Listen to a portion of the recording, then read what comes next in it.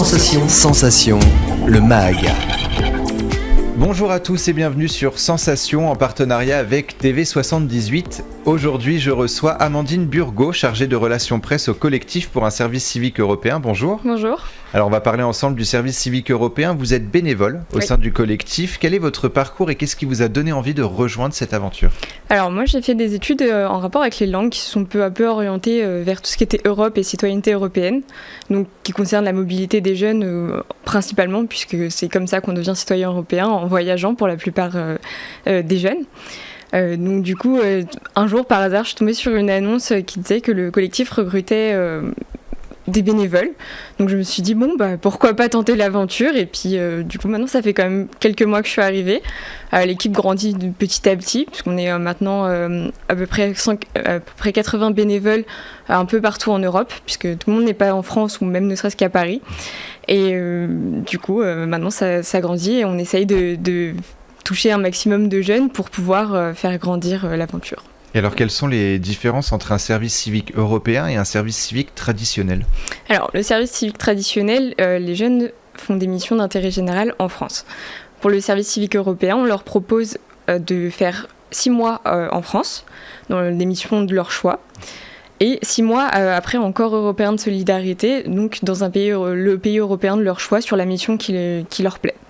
Et qui peut prétendre à un SCE ? Est-ce qu'il y a des conditions spécifiques pour rejoindre un service civique européen ? Alors les seules conditions, c'est d'entrer dans les catégories d'âge, donc entre 18 et 25 ans, 30 ans pour les jeunes en situation de handicap.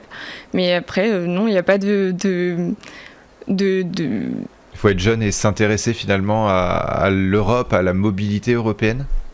Je pense que tous les jeunes ne s'intéressent pas forcément à la mobilité européenne, mais c'est l'opportunité en fait de s'engager dans des missions d'intérêt général qui leur plaisent et qui peuvent leur apporter ensuite des compétences pour trouver un emploi plus tard, ou ne serait-ce que leur voie en fait. Et comment faire justement pour rejoindre un service civique européen ? Est-ce qu'il y a des démarches à faire ? Est-ce qu'on peut vous demander des conseils ? Alors du coup, nous on a un site internet, le serviceciviqueeuropéen.com, où on poste nos annonces. Après, comme on travaille aussi en partenariat avec Unicité, qui en fait s'occupe des jeunes sur place, puisque pour l'instant les jeunes étaient à Metz, dans le Grand Est. Donc sur leur site, on peut trouver le programme du dispositif en fait qui conduit au service civique européen. Alors vous l'avez un petit peu évoqué, mais quels sont les avantages d'un service civique européen pour les jeunes ? Est-ce que les compétences acquises sont importantes justement pour leurs projets futurs ? Oui, puisqu'elles permettent de développer une certaine autonomie. Et le but principal était de les faire vivre dans un environnement multiculturel aussi pendant 1 an, puisque sur place, à Metz, ils travaillent en binôme. On essaye de mettre 2 nationalités différentes ensemble, pour qu'ils puissent travailler ensemble et s'apprendre des choses mutuellement. Et aussi, ils sont logés ensemble pour être tout le temps dans cette ambiance justement multiculturelle et se préparer aussi à partir après dans un pays européen, puisque certains jeunes sont déjà très jeunes et n'ont pas forcément eu l'occasion avant de pouvoir se déplacer et voyager en Europe. Donc en fait, il y a une volonté de faire acquérir des compétences finalement aux jeunes, mais en même temps de les faire se rencontrer, de faire rencontrer les différentes cultures. C'est ça, de les ouvrir en fait à une culture européenne. Et alors le 12 avril, en avril dernier, 12 jeunes volontaires de Metz sont partis en Italie par exemple et dans d'autres pays de l'Union européenne.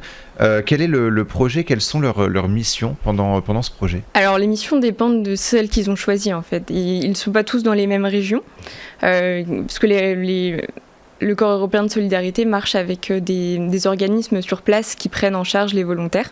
Donc certains sont plus tournés vers les jeunes et l'éducation, vers les personnes âgées, vers leur environnement. Donc c'est en fonction de ce qu'ils ont choisi et de ce qui les intéresse. Alors voilà, est-ce que c'est vous qui les guidez justement à choisir leur projet, ou est-ce que c'est eux qui viennent et que vous disent voilà, moi je suis intéressé par l'environnement, j'ai envie de faire une mobilité européenne sur le sujet de l'environnement, comment vous pouvez m'aider ? Alors, ça dépend. Certains ont déjà une idée en tête avant d'intégrer le dispositif et d'autres, ça vient au fur et à mesure, puisque à Metz, ils travaillent avec un public varié, surtout des jeunes sur les discriminations. Et l'autre mission sur laquelle ils travaillent, c'est avec les personnes âgées, donc en maison de retraite ou ou à domicile pour casser leur isolement et surtout dans cette période de pandémie. Et vous remarquez souvent justement des projets qui sont très actuels, on va dire, parce que la discrimination, lutter contre l'isolement des personnes âgées, c'est des choses qu'on entend justement de plus en plus, et notamment avec la crise sanitaire. Vous pensez justement que les jeunes s'intéressent de plus en plus à ces problèmes, en fait, qui font pas seulement partie de la France, mais qui font partie de vraiment l'Union européenne ? Oui, je pense que peut-être pas au tout début quand ils intègrent le dispositif, mais c'est des choses qui viennent au fur et à mesure, puisque ils sont en permanence en contact avec les autres qui du coup peuvent leur expliquer comment ça se passe dans leur pays, et après ils le voient aussi sur place pour ceux qui vont continuer dans ce genre de mission.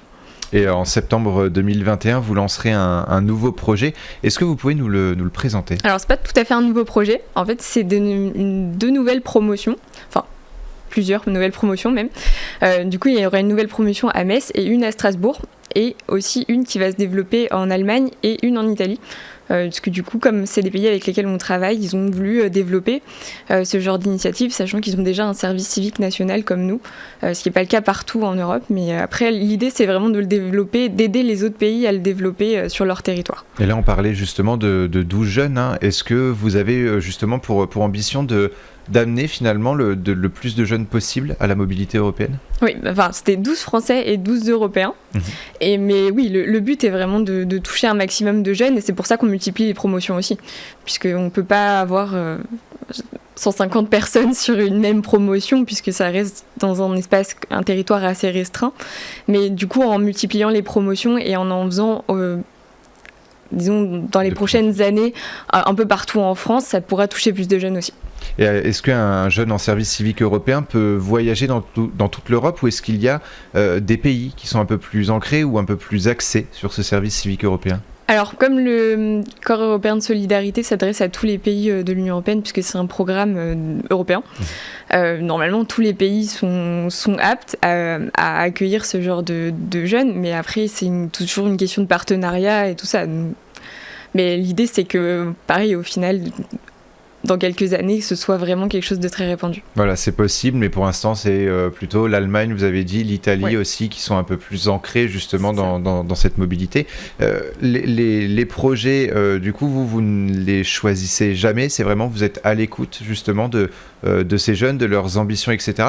Et après ces projets, qu'est-ce qui se passe pour eux ? Est-ce qu'ils peuvent repartir ? Est-ce qu'ils se concentrent après sur leurs projets d'avenir ? Alors, le Corps européen de solidarité et le service civique sont des programmes qui sont limités dans le temps. On ne peut pas en faire plusieurs, mais le but, c'est vraiment de les orienter pour leur futur, parce que beaucoup de jeunes, et notamment les jeunes français qui ont participé, n'étaient pas forcément avaient soit pas continué leurs études, soit n'avaient pas de travail.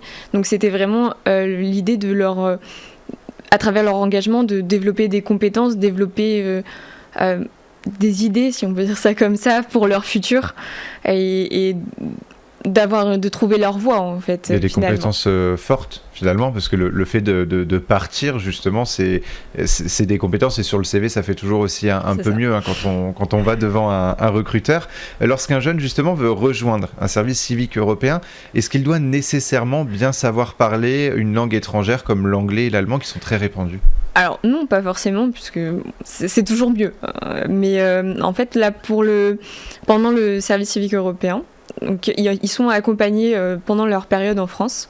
Les jeunes Français apprennent l'anglais, voire la langue en plus du pays dans lequel ils vont aller. Donc ils ont tous appris l'anglais et l'italien.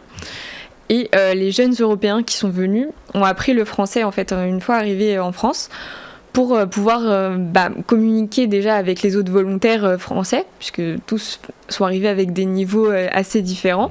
Et donc, du coup, il fallait qu'ils puissent communiquer entre eux, et aussi pouvoir communiquer justement avec les personnes auprès desquelles ils intervenaient. C'est une des volontés justement qu'il y a assez régulièrement, de vouloir apprendre aussi une culture, mais une langue étrangère à travers la mobilité européenne ? Ça va un petit peu avec, je dirais, parce que c'est compliqué de se débrouiller dans un pays quand on ne parle pas d'autre langue que la sienne. Et on apprend toujours plus sur la culture en pouvant discuter avec les personnes justement du pays. Donc plus on en connaît au niveau langue, mieux on apprend de nouvelles choses. Et vous, quels sont vos projets pour le futur ? Mes projets personnels, déjà, du coup, continuer dans tout ce qui est mobilité européenne, donc avec le collectif, mais aussi dans ma vie professionnelle. puisque je me suis orientée vers les associations européennes. Mais après aussi, c'est vrai que j'ai déjà fait un service civique et j'aimerais pouvoir continuer en corps européen de solidarité pour avoir une expérience de plus. On vous souhaite la réussite. Merci beaucoup, Amandine Burgot, d'avoir été avec nous sur Sensation. Et pour revoir ou réécouter cette émission, rendez-vous sur notre site et application Radio Sensation.